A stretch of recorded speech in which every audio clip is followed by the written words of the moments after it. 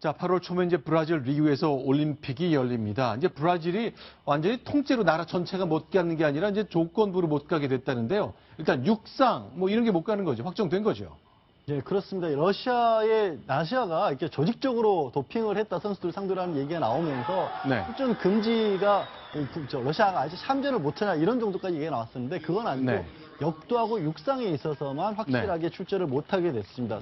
그런데 이 총 28개 종목에 해당하고 꽤 커 보이지만 의외로 다른 것들, 네. 체조나 레슬링처럼 관심을 많이 모았던 분야들이 있거든요. 체조 같은 네. 경우는 아예 이번에 반도핑 보고서에 러시아가 빠져 있고 네. 레슬링 같은 경우에도 국제 레슬링 연맹 회장이 증거가 불투명하기 때문에 이걸 근거로 뭐 조치를 내릴 수 없는 상황이라고 해서 사실 이 러시아 같은 경우는 원래 뭐 예상했던 것보다는 훨씬 적은 규모의 출전 정지만 이루어진 셈입니다.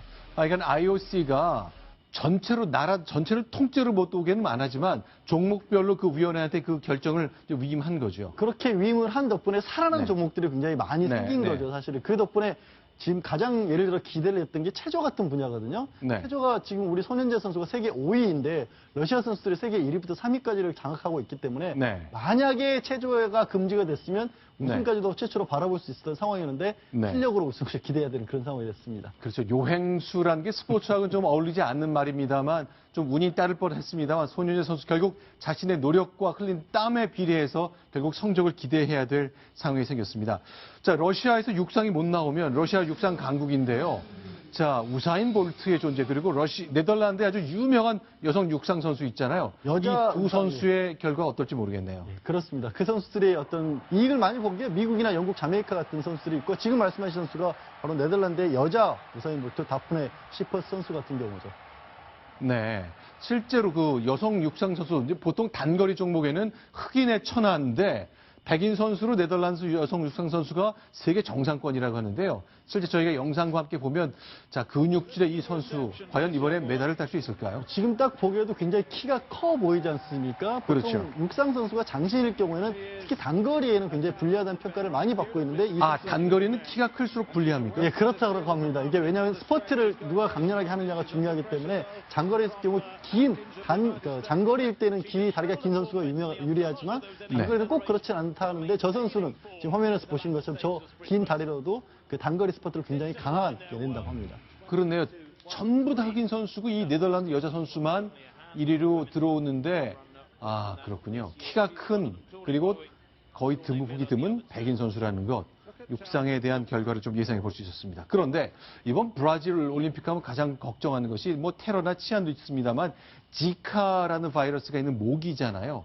그런데 이제 각 나라별로 여러 가지 아이디어를 내고 있는데 미국 선수들은 아예 100까지 띄워놓고 선수단을 바다 위에 놓는다면서요. 그렇습니다. 네. 이 미국 NBA 그 농구 선수들의 경우에는 그 네. 물가시 뭐 이렇게 천문학적인 액수를 받고 있지 않습니까? 이 네. 선수들이 이 리우 올림픽에 출전을 하게 되는데 네. 숙소를 아예 그 호화 크루즈를 이 리우 인근 프라카 마우아 항에 300명을 태울 수 있는 16,700톤급의 크루즈선을 띄우기로 했다고 합니다. 근데 이번이 처음이 아니고요. 2004년에도 그 미국 농구 대표팀은 이렇게 호화 크루즈를 이용해서 이 올림픽에 출전한 경험이 있습니다. 배 위에요, 그러니까? 선수촌이 아니군요. 크루즈를 아예 띄워서. 그렇네요. 저 뒤에 바다가 보이네요. 크루즈에서 먹고 자고 하면서 이제 연습도 하고요. 네. 또 이제 경기가 있는 날은 이 대형 차량을 이용해서 경기장까지 이제 신속하게 이동을 해서 경기를 하고 경기를 마친 다음에는 다시 이제 크루즈로 돌아오는 일정을 소화하게 됩니다. 그러니까 그만큼 뭐 선수들에 대한 이 보호를 철저히 하겠다 이렇게 뭐 상징적으로 좀 보여주고 있는 것이죠. 사실 저희가 이제 그냥 평범한 농구 선수처럼 보이지만 선수 한 사람 한 사람이 연봉이 뭐 50억, 100억씩 하는 선수들이잖아요. 그렇습니다. 아무래도 이제 체력 저하라든지 아니면 지카 바이러스 위험 때문에 이제 기피할 수 있기 때문에 이렇게까지 이렇게 배려한다 이걸 좀 보여주는 것 같습니다. 자, 역시 모기도 모기지만 치안도요. 브라질의 리우 올림픽을 걱정하게 만든 요인인데 저건 뭡니까? 이게 지금 성화 봉송을 하고 있는 모습인데요. 네. 어제 그 상파울루에서 지금 한 그 여자 주자가 이 성화 봉송을 하고 있는데 한 남성이 뛰어들어서 지금 성화를 빼앗으려고 하다가 경호원들한테 지금 제지가 되고 있는 상황입니다. 그러니까 뭐 리우 올림픽이 지카 바이러스뿐만 아니라 이런 치안 문제도 좀 우려를 하고 있었는데 이 우려가 어느 정도 좀 현실이 됐다 이렇게 볼 수 있을 것 같습니다.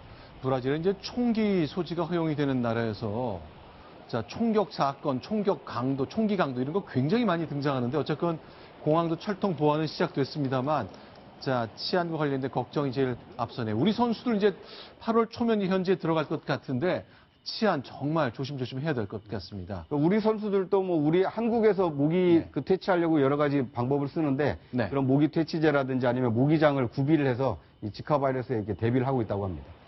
알겠습니다.